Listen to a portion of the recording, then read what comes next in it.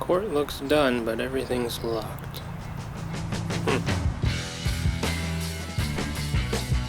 Welcome to the parking garage. I just get a better hit over here than I do at the school. So we're gonna go green dot today. Let's go. Bunch of trash up here. Sebastian AP. Bro, toss your garbage away, man. The usual spot is still closed for resurfacing, so we're back at the parking garage. If you want to see the other days where I hit on this wall, they're days 6 and 7. I'll link them below. But that's when I discovered the benefit of using a green dot. It's great for slowing things down, and it really allows you to feel where on the strings you're contacting the ball. I especially like using it on this wall because I think with the roof here, everything just kind of feels a little claustrophobic. But with the green dot, it lets me take a full swing, but I still have plenty of control, and it's that aid in control that frees you up to focus on other aspects of the game. That's the thing on the backhand that I think I wait for it too much. Gotta step into it. And I've seen shots of Fed where his back foot is like up. I think he's getting all his weight in. I feel like I'm more on my back foot, and I think that's why I shanked that bottom corner. So let's try that. Stay forward on the backhand. Emphasizing that movement into the ball on the backhand, it feels really good. I'm deliberately lifting my back leg slightly to just force my weight forward. I'm not leaning or shifting drastically. I'm still trying to stay upright and balanced, but I'm just adding a little emphasis to get my weight forward onto that front foot.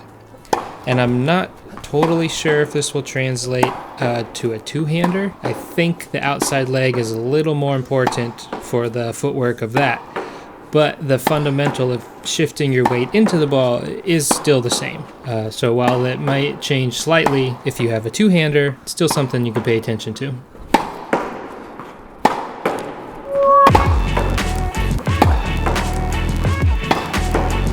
So at first I was kind of bummed that our usual wall was closed, but after coming back to the parking garage again, I think it was a good thing. My main goal for this is to find a middle ground between grit and koa, between intensity and control.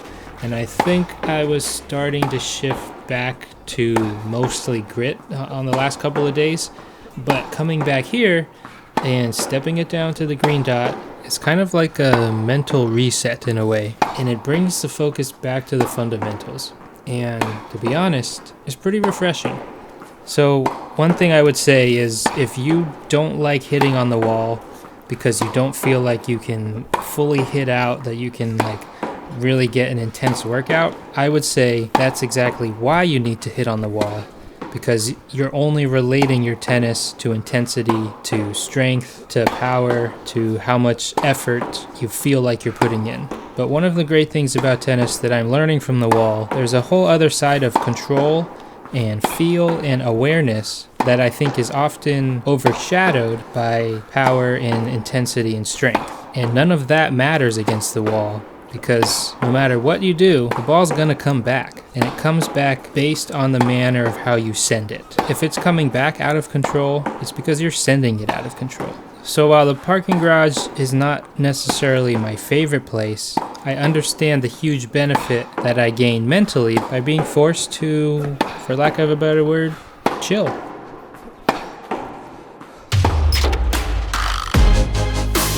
P22. Sometimes you just gotta step it down, bring it back to fundamentals. Always comes back to that. Oh, and then clean up that stuff.